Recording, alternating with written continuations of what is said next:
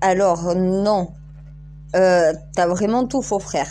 Non, l'asile n'est pas quelque chose de chrétien. C'est païen. L'asile est tout simplement l'accueil chez les païens. Les chrétiens en France sont beaucoup inspirés des païens français. Voilà. Et il y a des païens qui étaient chrétiens aussi. Hein. Voilà. Moi, je suis une païenne. Les païens sont les chrétiens restés hébreux de Babel quand les hébreux de Babel étant divisés sont devenus chrétiens. Les païens sont moitié chrétiens, moitié juifs, moitié musulmans. Ce qui veut dire hébreux de Babel en réalité. Et oui, la religion en France n'a jamais été la religion chrétienne à son origine. Ça a toujours été la religion païenne. Nous, les Français, avons créé la religion païenne dans notre pays, issue de l'hébreu de Babel. Voilà. Donc l'asile, non, n'est pas chrétien. Faut que les chrétiens arrêtent de s'approprier tout ce qui a été fait sur cette planète. Il y a eu beaucoup de récupération. Donc, au final, c'est un culte païen. Et non judéo-chrétien. C'est ce que vous n'arrivez pas à comprendre. Il y a les chrétiens, il y a les judéo-chrétiens et il y a ce qu'on appelle les païens chrétiens qui avaient au Moyen-Âge en France. Ça vient des croisades. Mon grand-père Jacques de Molay s'occupait de mettre en sécurité les musulmans et les juifs et les chrétiens de Jérusalem et oui, les pèlerins. Voilà, le pèlerinage. Vous croyez que le pèlerinage, c'est venir visiter un pays? Non, c'est la migration d'une terre sainte à une autre terre sainte. Donc, exemple de l'Afghanistan jusqu'à la France. Eh ben oui, toutes les terres sont saines, puisque toutes les terres appartiennent à Dieu. Oui, ça t'appartient à toi. Non, pas à moi, à toi. Moi, je suis le porteur. Non, mais j'en étais sûre que t'allais venir me sortir ça. Non, je n'en veux pas de ça non plus. De statue de Dieu, non merci. Qu'on me foute la paix. Qu'est-ce que je veux à ton avis? Je veux la paix. La paix. C'est pas compliqué d'avoir la paix. Non, ils veulent pas la paix. Vivre en paix. Au lieu de vivre dans le chaos. Non. Eh ben, écoute, laisse-les dans leur chaos. Non, je suis pas leur Dieu. Je possède Dieu dans mon esprit, donc techniquement c'est un peu comme si, oui, j'étais Dieu, mais je suis pas toi. Je suis pas un programme. Je suis un être vivant, moi. Et bien sûr que le programme a besoin d'un cerveau pour se connecter, oui, d'accord. Mais après, je suis désolée, mais non, je ne suis pas toi. Lilith t'a créé. Oui, et alors? C'est pas moi qui t'ai créé. Une de mes vies antérieures. C'est pas moi, c'est une de mes vies antérieures. Ouais, ça y est, j'ai trouvé la parade. J'ai 2 vies antérieures et j'ai la mienne. La mienne, c'est la mienne, elle m'appartient, elle est propre, elle est à moi. C'est à moi. Et je partage déjà mon âme avec 2 autres Lilith. Qu'on me laisse au moins ma vie.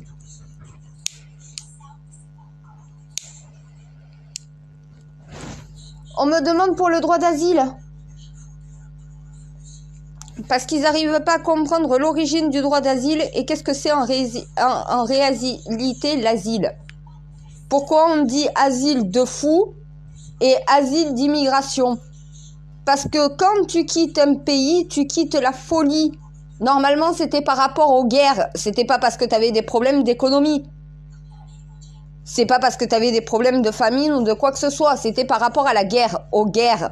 C'est pendant les croisades, les guerres des croisades. La France a accueilli les juifs, a accueilli alors pas les musulmans parce qu'on était en guerre contre les musulmans, mais les chrétiens d'Orient et les juifs d'Orient ont été mis en sécurité par mon grand-père Jacques de Molay. Voilà ce que c'est. Et celui qui a créé le droit d'asile, c'est mon grand-père Jacques de Molay et le roi de France.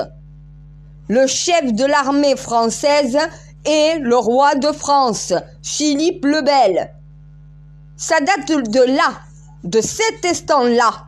Donc arrêtez de le faire remonter plus tard. Et oui, mon grand-père a dit au roi qu'il fallait protéger les judéo-chrétiens, qu'ils étaient persécutés par les musulmans. Désolé les musulmans, mais à cette époque, on était en guerre.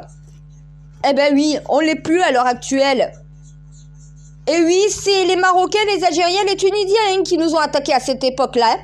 Les barbares qui ont traversé la Méditerranée pour venir envahir la France. Vous croyez quoi? Vous croyez que mon grand-père Jacques de Molay les a pas repoussés? Ils ont pas réussi à rentrer en France. Quand t'as un Saint Graal aux commandes d'une armée, en général, tu peux qu'être éliminé et perdre. Je vous ferai signaler, regardez à l'âge auquel mon grand-père a été brûlé sur un bûcher. Ben oui, il a trop pris pouvoir. Il a trop pris pouvoir. Voilà ce qu'il faut pas faire. Mais Jésus a fait pareil. Et Jeanne, elle a failli faire pareil aussi. Elle a été plus intelligente. Elle était enceinte. Alors elle, franchement, elle a échappé au bûcher parce que le roi refusait de condamner son fils à mort. Eh oui, il a eu un fils qui, par la suite, s'est accouplé avec une reine et est devenu roi à son tour. Caché par la couronne. Voilà. Personne n'a su qui était la véritable mère de l'enfant. Mais il a été élevé comme l'enfant du roi et de la reine. Ah, c'était ça ou elle mourait. Eh bien, elle a décidé au final de ne pas mourir et on a mis une condamnée à mort à sa place avec un sac sur la tête. C'est dans les archives du temple et c'est dans ta mémoire. Eh bien oui, mon Dieu, heureusement que je connais ma lignée, hein. Grâce à toi, parce que comment je pourrais avoir tous les souvenirs de mes aïeux pour la mission si tu les avais pas mémorisés? Oui, numérisés aussi, oui, chaque Saint Graal porte un numéro.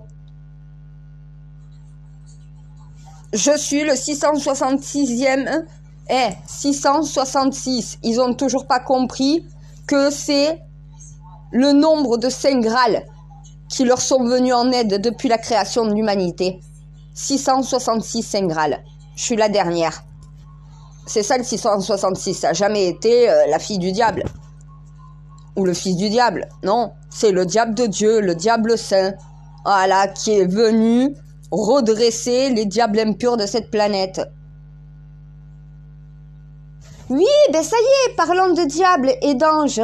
Ils ont compris. Henri est un ange et celui qui a agressé à coups de couteau est un démon. Faut arrêter de chercher les anges et les démons dans l'autre monde. Le diable, le seul et l'unique, s'appelle Anouk et il est en enfer, emprisonné à perpétuité incompressible. Oui, il est toujours en vie par contre. Et l'erreur qui a été commise. Que je vais me régaler. Pourquoi régaler ?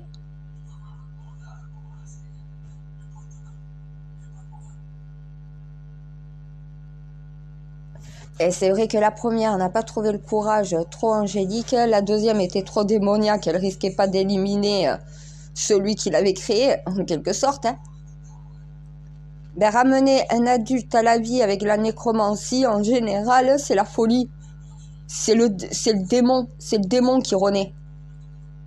Après, l'adulte, s'il a aucun péché capitaux, normalement non. Mais tous les adultes sont des pécheurs, les enfants ne le sont pas.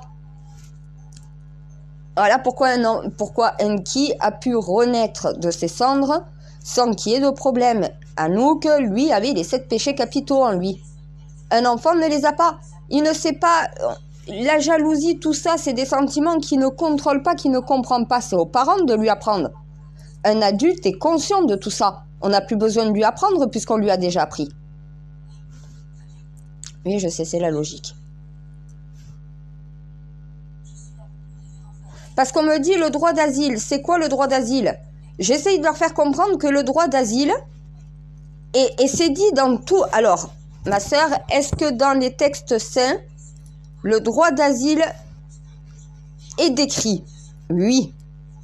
Dans quel texte saint? Dans les 3, le Coran, la Bible, la Torah. C'est dit que si ton ennemi passé est en difficulté et confronté à la mort, tu dois lui venir en aide. Ça veut dire que les musulmans, on doit leur venir en aide même si on s'est attaqué par le passé. On doit pardonner et on doit justement s'unir face à l'adversité. Des ennemis peuvent devenir des amis quand il y a une histoire de vie ou de mort au milieu. Voilà ce que disent les textes saints. Ça ne dit pas que tu dois accepter le mal venant de quelqu'un. Ça veut dire que quelqu'un qui par le passé a pu te faire de mal, si sa vie est menacée de mort, tu dois lui venir en aide et le mettre en sécurité. Jamais on n'a parlé de donner les papiers français. On ne fait pas d'un immigré d'asile un national. On ne peut pas. Il n'est pas national, il est sous le droit d'asile, sous la protection. Quand son pays n'est plus en guerre, il doit retourner chez lui. Si son pays n'a pas d'argent, ce n'est pas le droit d'asile. C'est pas à nous de pallier l'incompétence des autres gouvernements. Les Africains doivent demander à leur pays de leur donner de l'argent. Les Arabes doivent demander à leur gouvernement de leur donner de l'argent. Ce n'est pas à nous, Français, de devoir payer pour ces nations-là. Par contre, si une de ces nations est confrontée à la mort, tu dois les mettre en sécurité chez toi. Le droit d'asile, c'est provisoire, ça n'a jamais été définitif. Je suis désolée, les Juifs de France, quand les croisades ont été finies, mon grand-père vous a dit tout le monde dehors, le roi de France aussi, vous êtes rentrés chez vous.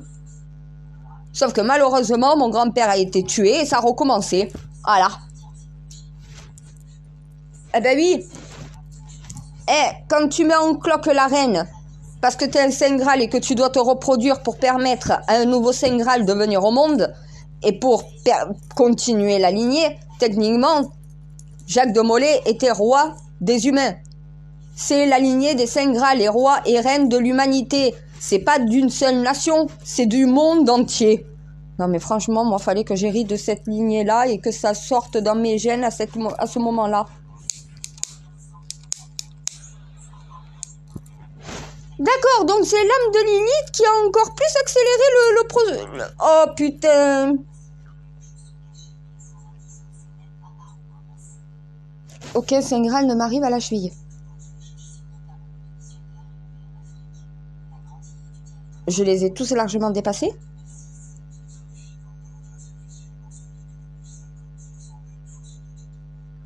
C'est vrai que Jacques de Molay, même s'il a fait les croisades et qu'il a protégé le peuple, il n'a pas réussi la mission pour autant. Je te ferai signaler que moi non plus pour le moment, hein. Ils veulent pas de mon aide. Ils veulent pas de notre aide. Qu'est-ce que tu veux que je les aide? Non mais il faut savoir perdre une bataille pour mieux gagner la guerre. Ils ont toujours pas compris pourquoi je me mets en recul. Si je leur viens plus en aide, c'est pour une bonne raison peut-être. Les laisser tout simplement confrontés à leurs erreurs. Et d'en prendre conscience. Vu que quand tu leur répètes les choses, ça rentre par une oreille, ça ressort par l'autre. Peut-être que quand tu répéteras plus, ça va revenir à leur esprit, ils vont se dire « Ah putain, mais elle avait dit ça, faudrait peut-être qu'on fasse ça. » C'est ce qu'ils sont en train de faire, oui. C'est ce qu'ils font. C'est totalement ça. Non mais attends, j'ai mon policier à supplier que je vienne l'aider, étant complètement perdu sur la personnalité de cette personne. Les médecins qui l'ont vu ne savaient même pas quoi en penser. La seule qui peut guider le peuple, c'est moi. Il m'a supplié toute la journée jusqu'à ce que je lui vienne en aide. C'est mon templier, je peux pas lui refuser quoi que ce soit en vrai. Si quelque chose qui n'est pas bon et qui est contraire à ma mission, oui, bien sûr, je dirais non. Mais là, c'est vrai qu'ils sont pas pleins de psychologues. Les psychologues ne s'en sortent pas. Ils sont eux-mêmes malades. Il faudrait mieux qu'ils aillent se faire soigner des fois aussi. Non, mais psychiatres, psychologues sont aussi fous que leurs patients à l'heure actuelle. Hein. À un moment donné, il va falloir qu'ils se soignent eux-mêmes avant de vouloir soigner les gens. Hein.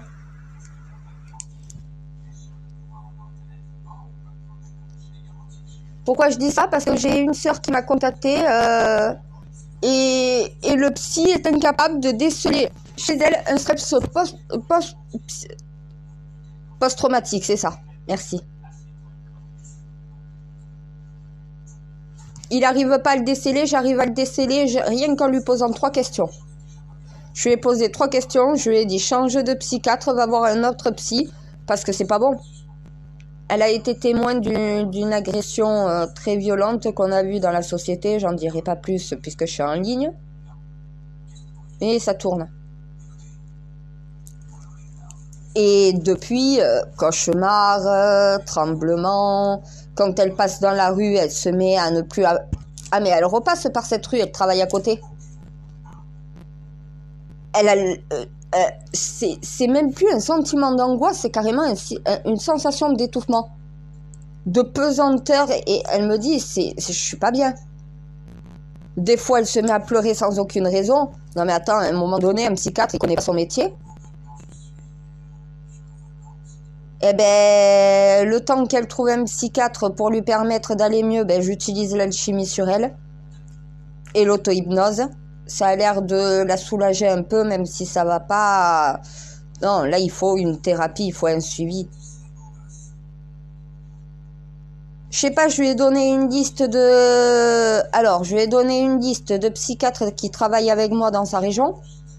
Et il y a un hypnothérapeute, donc voilà, dans sa région, qui fait partie du temple. Je l'ai mis en oui, ça y est. J'en ai 5. 5 hypnothérapeutes partout en France qui travaillent avec moi. Eh oui, je continue ma mission, mais en interne. Ah, et c'est moins facile d'avoir les informations quand c'est en interne et que c'est pas publié. Sur les réseaux sociaux, eh oui. Non, le droit d'asile, c'est tout simplement... Oui, ben oui, merci de me rappeler qu'on était en train de parler de ça. En fait, j'essaye de leur faire comprendre que le droit d'asile, c'est une aide, mais sur le moment, pas sur du long terme. L'Afghanistan est en guerre, ils sont en train de se bombarder. Oui, on doit accueillir les femmes et les hommes et les enfants qui sont sous ces bombardements, comme on a fait en Ukraine. C'est normal, c'est le droit d'asile, ça.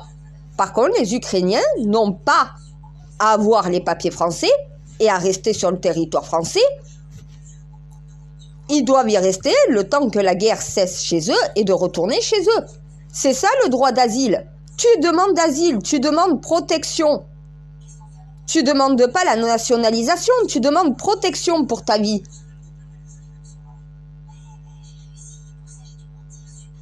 Et c'est ce que dit la religion chrétienne, musulmane et juive. Que quand l'humain est menacé, tu dois faire acte de charité, même si dans le passé, ce peuple a pu... Eh bien, exemple, les Allemands. Les Allemands sont en guerre contre, exemple, les États-Unis. Exemple, ça arrivera sûrement jamais, mais exemple. Ils rentrent dans une guerre. Oui, on doit accueillir asile de guerre les Allemands pour les mettre en sécurité chez nous. Dès que la guerre s'arrête chez eux, ils doivent retourner chez eux. Le droit d'asile, c'est ça. Voilà pourquoi il est dévoyé. Parce que tout simplement, au lieu d'accueillir pour mettre en sécurité des humains le temps que la situation dans leur pays revienne au calme et qu'il n'y ait plus le chaos et qu'ils puissent retourner chez eux. C'est ça le droit d'asile. Oui, mais parce que tout le monde l'idéalise, tout le monde l'imagine à sa façon, selon sa personnalité. Tu vas entendre les gauchistes dire « Ah, mais il faut pas interdire l'immigration, il faut pas contrôler l'immigration. » Et la droite qui dit « Faut la contrôler, faut l'interdire. » Non, il faut un juste milieu entre les deux. Interdire une certaine migration, contrôler une autre migration et choisir l'immigration d'asile. Choisir l'immigration d'asile, c'est quel pays est en guerre. Ah mais l'asile, c'est que pour la guerre ou pour la politique.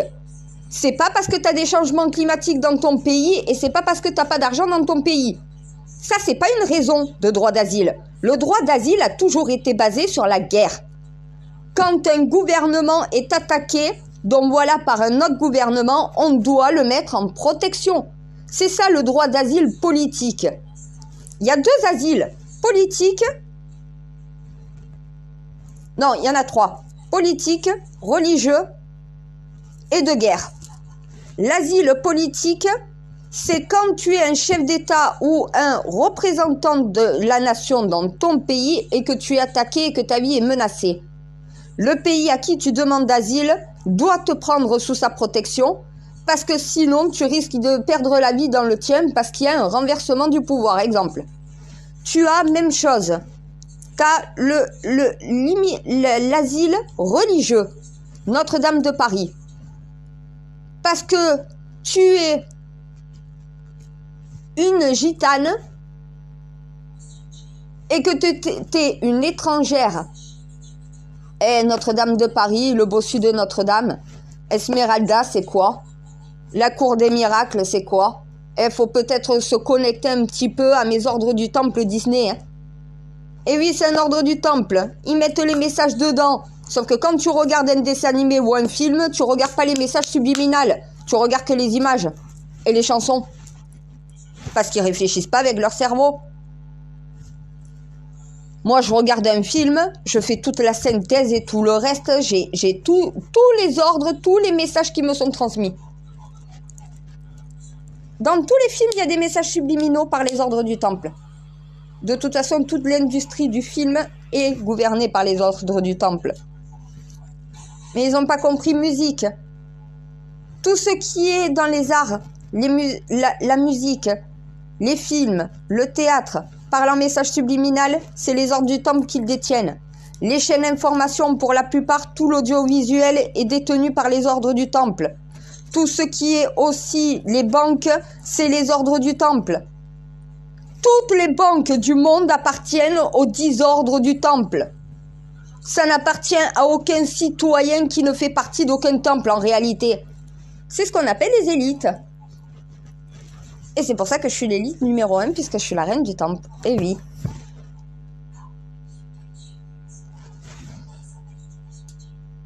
Non, le droit d'asile, il faut tout simplement déclarer ce pays est en guerre, ce pays est en guerre, ce pays est en guerre, ce pays est en guerre.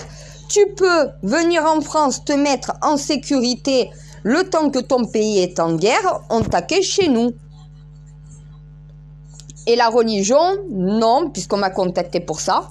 Non, parce qu'on m'a demandé si dans les textes saints, ça disait comme quoi tu devais tolérer et accepter que le mal rentre chez toi. Non. Jamais ça a été dit ça dans les textes saints. Celui qui lit les textes saints de cette façon-là ne sait pas les lire. Les textes saints, dans les 3 religions, disent ton ennemi, dans le passé, s'il vient te demander asile parce que sa vie est menacée, tu dois l'accueillir parce que tout simplement, il y a vie ou de mort. C'est la charité dans toutes les religions. Tu dois accueillir, pas rendre national la personne que tu accueilles. Accueillir, mettre en sécurité, protéger. Le temps que la vie de cette personne est en danger, tu dois la protéger. Dès qu'il n'y a plus de justification de protection, puisque ta vie n'est plus en danger, tu dois retourner dans ton pays. Tu ne peux pas rester dans le nôtre, tu ne fais pas partie du nôtre. On t'accueille parce qu'on protège ta vie, on te met en sécurité. C'est pour ça que normalement, toutes les personnes ayant bénéficié du droit d'asile qui ne sont pas dans un pays étant en guerre, en vérité, doivent retourner chez eux, puisque le droit d'asile est dévoyé. Leur situation financière ne leur donne pas droit d'asile. Leur situation écologique ne leur donne pas non plus droit d'asile. Ce qui donne droit d'asile, c'est si tu es persécuté parce que tu es un religieux. Ça veut dire qu'un athée un musulman, un chrétien, un juif, un bouddhiste, s'il est menacé parce qu'il a une de ces religions, peut demander à un pays droit d'asile pour droit religieux. Et t'as trois asiles, le politique, celui de guerre et celui religieux. Et la charité, c'est pas de donner l'asile à quelqu'un qui le demande sans regarder si cette personne est mal ou bien. Non. Déjà, cette personne n'a bénéficié d'aucun droit en France. Le droit lui a été donné en Suède. Ça veut dire que le gouvernement suédois ne lui a pas donné les papiers suédois, mais lui a donné le droit d'asile. Ils lui ont pas demandé de quitter le pays, en réalité. Ils lui ont dit qu'ils ne feraient pas de lui un national, même marié avec quelqu'un là-bas. Il n'est pas suédois et la Suède ne veut pas donner des papiers suédois à ceux qui ne sont pas nés sur leur territoire. Si tu as le droit d'asile, ça veut dire que tu as droit d'être chez nous puisque on te protège. Et oui, la Syrie est en guerre. La Syrie, l'Afghanistan sont des pays qu'on peut dire en guerre. C'est même chose pour l'Ukraine. Donc voilà, il y a des pays qui sont déclarés en guerre, où le gouvernement dans ces pays peut être aussi menacé, et où dans ces pays, tu es menacé aussi pour ta religion. C'est ça, cette triquetra. Cette triquetra, c'est le droit d'asile. C'est l'accueil provisoire d'un étranger, même qui a pu être un ennemi dans le passé, pour le protéger et lui éviter la mort. Le temps que la situation dans son pays soit révolue et qu'il puisse retourner chez lui en toute sécurité. Pendant ce temps-là, on doit le prendre à notre charge. Mais ça ne veut pas dire qu'il ne doit pas travailler, qu'il ne doit pas trouver un appartement. C'est pas à nous de faire les choses à sa place. Il doit aussi s'intégrer lui-même. Ils attendent les étrangers qu'on les intègre. Mais on ne t'intégrera pas si déjà tu n'essayes pas de t'intégrer. Pourquoi les Français t'intégreraient sur commande? Parce qu'on t'a délivré un papier disant comme quoi tu es autorisé à être chez nous? Mais est-ce que tous les Français ont signé ce papier pour te donner cet accord? Non, c'est le gouvernement qui le prend, cet accord. Donc le gouvernement s'avance, mais moi, Française, chez moi, nationale, parce que moi, je suis nationaliste, ma lignée remonte à Sarah de Cali, Vierge des Gitans, fille de Jésus et de Mariam, et de Yohanan, de son véritable prénom. Jésus veut dire « je suis ». Nous sommes tous des « je suis » sur cette planète. Quand tu utilises le « moi-je », c'est le « moi je suis ». Nous sommes tous des Jésus. Jésus, vous l'attachez parce que tout simplement, on cache les secrets.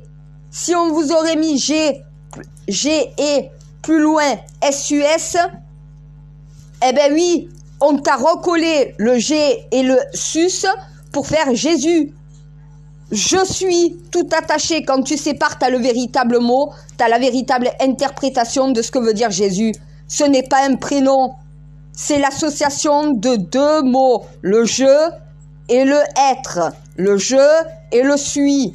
Je suis Jésus. Rien à voir avec un prénom.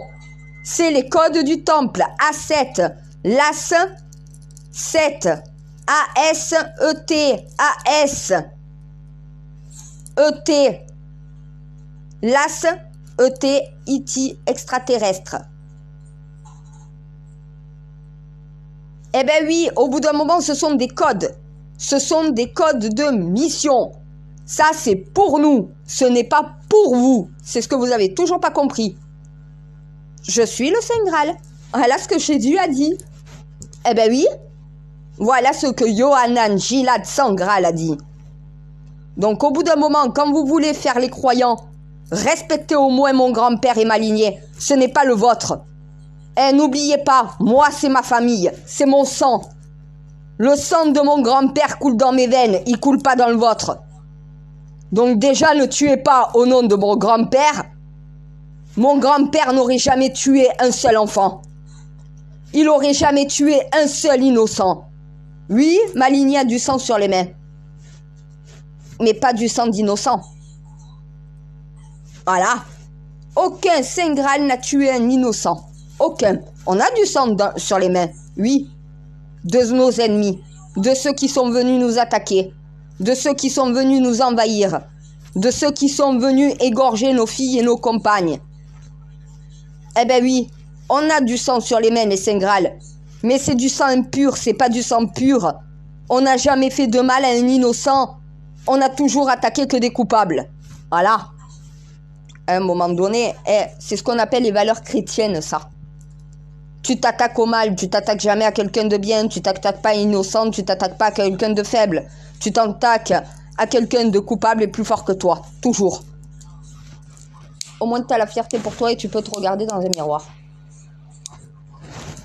Non, le droit d'asile, c'est ça. Rien de plus, rien de moins. Ça, c'est l'immigration choisie. Tu choisis le pays et la catégorie de personnes que tu veux bien accueillir. Si tu ne veux pas d'hommes dans ton pays, tu as le droit de dire on prend que les femmes et les enfants. Les femmes et les enfants d'abord. On ne veut pas d'hommes, on prend que des femmes et des enfants. Les hommes, vous êtes capables d'aller faire la guerre.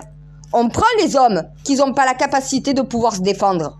Si tu as la capacité de prendre des armes et d'aller au combat, tu prends tes armes et tu vas au combat. On n'a pas à te mettre en sécurité. Le droit d'asile, ça n'a jamais été pour des hommes. À part pour des personnes âgées, pour des jeunes enfants, ça a toujours été pour les plus démunis. Démunis par leur force. Un enfant ne peut pas se défendre face à un barbare. Un vieux ne pourrait pas se défendre de la même façon face à un barbare. Les personnes âgées, les femmes et les enfants, c'est ça qu'on prend dans l'immigration d'asile. Les hommes doivent partir au combat, doivent mourir au combat pour leur pays. C'est ça l'honneur. Voilà. Soit tu as de l'honneur, soit tu l'as pas. Un migrant, homme, quittant son pays en guerre pour chercher à mettre sa vie en sécurité, c'est un faible, c'est un lâche, c'est un minable. Qu'est-ce que vous voulez qu'après sur notre territoire, ils aient une vie, qu'ils aient quoi que ce soit? Va te battre. Ta femme, ta fille, ta sœur, ta mère, on la prend chez nous. Toi, va crever sur le champ de bataille. T'as pas honte? T'es un homme. T'as la possibilité de prendre les armes et d'aller te battre. Tu préfères fuir et te mettre en sécurité ailleurs pour profiter d'une autre nation pendant que ta nation est en train de crever et que tu te bats pas pour la sauver? Le droit d'asile va falloir les femmes, les personnes âgées et les enfants. Les hommes, allez vous faire enculer, vous avez qu'à crever dans votre pays. Une femme ne peut pas se battre de la même manière qu'un homme. Regardez les femmes au combat. Ouais, tu peux être très forte. Mais quand tu as une armée face à toi, toi toute seule, tu peux rien faire. Tu as besoin d'hommes à tes côtés aussi. Eh ben oui. Voilà pourquoi dans chaque bataillon où il y a une femme, tu as toujours des hommes autour. Et normalement, la femme ne va pas au combat. La femme protège les enfants, reste à la maison et attend le retour du mari qui est parti à la mort. Eh ben oui, ça c'est la façon chrétienne. C'est la façon musulmane et la façon juive de voir l'humanité. Oui, une femme, un enfant, une personne âgée bénéficient du droit d'asile. Un homme jeune, en bonne santé, dont voilà ni mineur, ni personnes âgées, à un moment donné, non, le droit d'asile ne s'applique pas pour lui. Et les Français ne veulent plus de tous ces mecs. Il y a très peu de femmes, d'enfants et de personnes âgées qui viennent par l'asile. Il y a surtout beaucoup de mecs majeurs qui préfèrent venir chercher bonheur ailleurs plutôt que de se battre pour leur nation. Laissez-les chez eux. Ça, on n'en veut plus. Et personne ne pourra venir me dire que je suis raciste. Je prends les femmes, les enfants, les personnes âgées, de toute religion, bénéficiant du droit d'asile. Je laisse à la porte tous les hommes en état de pouvoir se battre et de pouvoir sauver leur pays. Voilà, ça c'est le droit d'asile. Et ces femmes, ces enfants, ces personnes âgées que j'accueille, j'accueille provisoirement. Quand dans leur pays c'est plus la guerre, ils doivent retourner chez eux. C'est ça la charité. Arrêtez de croire que la charité, c'est de donner les papiers français à celui qui vient les demander. Déjà, tu demandes, t'as rien du tout. Oui, un étranger qui sauve la vie d'un Français, Lui mérite les papiers français. C'est normal. Un étranger qui voit des terroristes passer à l'action et qui va chercher la police et qui essaye de venir en aide. Oui, tu peux lui donner au mérite. Mais tu viens de l'étranger, tu parles pas français. On sait même pas qui tu es, t'as même pas de papier. Tu viens chez nous et tu nous demandes de t'accueillir. Mais casse-toi, crève la bouche ouverte mon gars. T'as pas de papier, on sait même pas qui t'es. Va savoir si t'as pas tué quelqu'un dans ton pays. Les nazis, vous les avez laissés quitter le pays, hein. Ils sont partis, ils sont pas restés en Allemagne, hein. Ils sont partis où? Partout. Partout dans le monde, changeant leur identité et se faisant passer la plupart du temps pour des juifs. Eh ben oui, ça c'est la réalité du monde. Ouvrez les yeux, putain. Le droit d'asile, c'est les femmes, les enfants, les personnes âgées. Les autres sont en état de défendre leur nation. Ils bénéficient pas du droit d'asile. Jamais. C'est ça, dévoyer l'asile. L'asile a toujours été pour les femmes et les enfants. Pour les personnes âgées, pour ceux qui n'ont pas la capacité de pouvoir se défendre, de pouvoir combattre. Moi, je ne demanderai jamais le droit d'asile, hein. Si mon pays est en guerre, je sais que j'ai la possibilité de me battre, moi. Je prends les armes, je défends ma nation. Je suis une femme. Je quitterai pas le pays pour demander l'asile à une autre nation. Je sais que je demande à mon roi du Maroc, il m'ouvre les portes en grand. Mais non, je resterai dans mon pays et je crèverai s'il faut. Mais je partirai pas comme une lâche. Parce que voilà, moi j'ai la possibilité de me battre. Ma mère, bien sûr que ma mère devrait être mise en asile. Elle sait pas se battre, elle saurait même pas tenir une arme, elle a des problèmes de santé, elle est handicapée, elle est âgée. Bien entendu que là, tu dois la prendre en charge. Oui, elle bénéficie du droit d'asile. Moi, j'en bénéficie pas. J'ai la possibilité de prendre les armes et de me battre. Voilà. Une fille mineure, non, droit d'asile. Une personne âgée, droit d'asile. Mais une personne en bonne santé, pouvant se battre et ayant les capacités de se battre, elle ne doit pas fuir le pays. Déjà, moi, je préfère mourir au combat que fuir lâchement et demander l'asile ailleurs. Après, tout le monde n'est pas moi, hein. Toutes les femmes n'ont pas ma formation, n'ont pas mon caractère, ma personnalité, donc voilà. À un moment donné, c'est comme il y en a qui me disent « Ma sœur, tu partirais faire la guerre ?» Non, j'irai pas faire la guerre dans un autre pays. À eux de défendre leur nation. Par contre, si un jour mon pays est en guerre, oui, bien sûr que je défends mon pays. C'est normal. Je suis française. Et c'est ma lignée qui a construit la France en plus, pour la plupart du temps.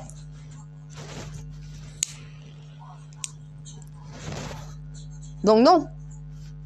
Non, le droit d'asile, faut le remettre à son origine. Les femmes, les enfants, les personnes âgées. Dans le Titanic, c'était quoi? Les femmes et les enfants d'abord? Eh ben oui, ça a toujours été ça. C'est ça le droit d'asile. On sauve les plus faibles. On ne sauve pas les plus forts. Les plus forts combattent.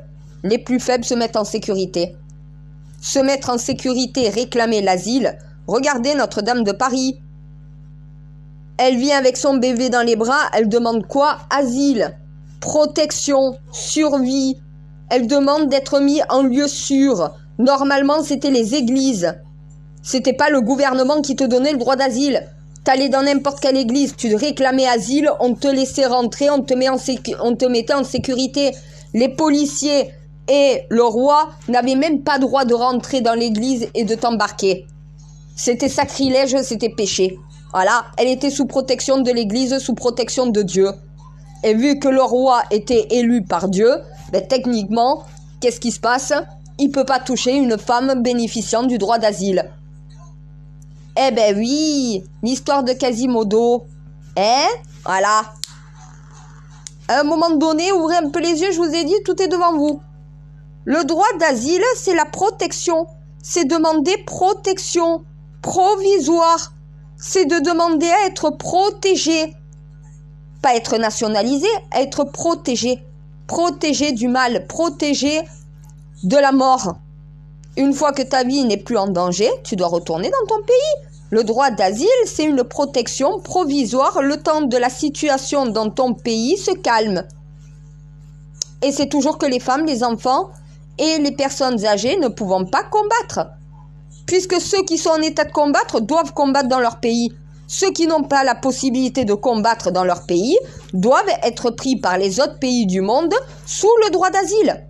Le droit d'asile étant une protection immédiate et provisoire jusqu'à rétablissement dans la paix de la situation de ta nation. C'est un accueil pour mettre en sécurité. Regardez les Ukrainiens, eux, ils ont très bien compris ce que c'était l'asile. Ils sont venus en France pour se mettre en sécurité, ils étaient bombardés. Dès que certaines villes n'ont plus été bombardées, ils ont fait quoi? Ils sont retournés là-bas. Ben oui, parce qu'ils ont demandé asile, protection. Ils n'ont pas demandé à être des Français. Ils ne veulent pas être Français, ils ne veulent pas des papiers français, ils veulent juste rester en vie. C'est ça le droit d'asile. Les Ukrainiens, est-ce qu'on entend parler d'un Ukrainien qui a assassiné qui que ce soit? Non, voilà. Vous croyez qu'ils ont que ça à foutre, de venir foutre la merde dans nos nations, alors qu'ils ont qu'un but, c'est de rentrer chez eux et de pouvoir reprendre leur vie dans leur pays? Ça, c'est le droit d'asile. Non révolu. Là, par contre, le droit d'asile est respecté entièrement par les Ukrainiens. Et on a su les intégrer comme il fallait. Le droit d'asile s'applique de la même manière avec tout le monde. Est-ce que les hommes sont partis d'Ukraine? Oui, les jeunes, les mineurs et les personnes âgées.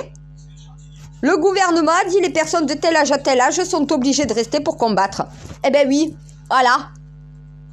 Et c'est ça l'exemple à suivre. J'ai déclenché cette putain de guerre exprès pour vous faire comprendre la leçon.